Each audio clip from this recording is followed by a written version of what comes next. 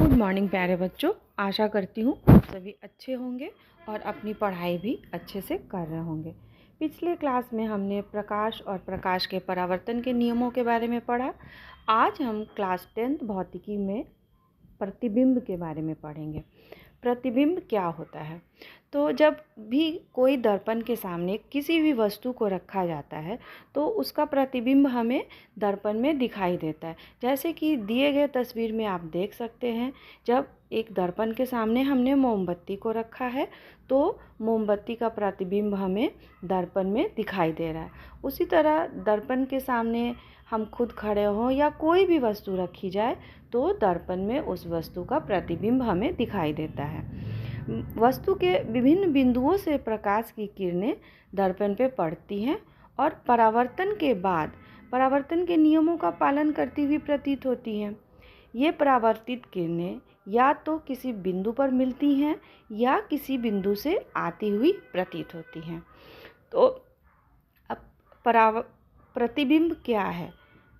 प्रतिबिंब का परिभाषा: किसी भी बिंदु स्रोत से आती प्रकाश की किरणें दर्पण से परावर्तन के बाद जिस बिंदु पर मिलती हैं या जिस बिंदु से आती हुई प्रतीत होती हैं उसे उस बिंदु स्रोत का प्रतिबिंब कहते हैं।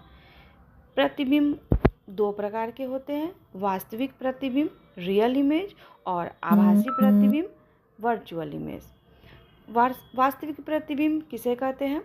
किसी बिंदु स्रोत से आती प्रकाश की किरणें दर्पण से परावर्तन के बाद जिस बिंदु पर वास्तव में मिलती हैं उसे उस बिंदु स्रोत का वास्तविक प्रतिबिंब कहते हैं। वास्तविक प्रतिबिंब वस्तु की अपेक्षा हमेशा उल्टा होता है। वास्तविक प्रतिबिंब को पर्दे पर प्राप्त किया जा सकता है। अब आभासी प्रतिबिंब: किसी भी बिंदु स्रोत से आती प्रकाश की किरणें परावर्तन के बाद जिस बिंदु से आती हुई प्रतीत होती है उसे उस बिंदु स्रोत का आभासी प्रतिबिंब कहते हैं।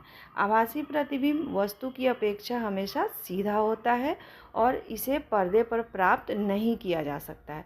आभासी प्रतिबिंब को सदा बिंदुओं से या टूटी हुई लाइनों से दिखाया जाता है। तो आज के लिए बस इतना ही।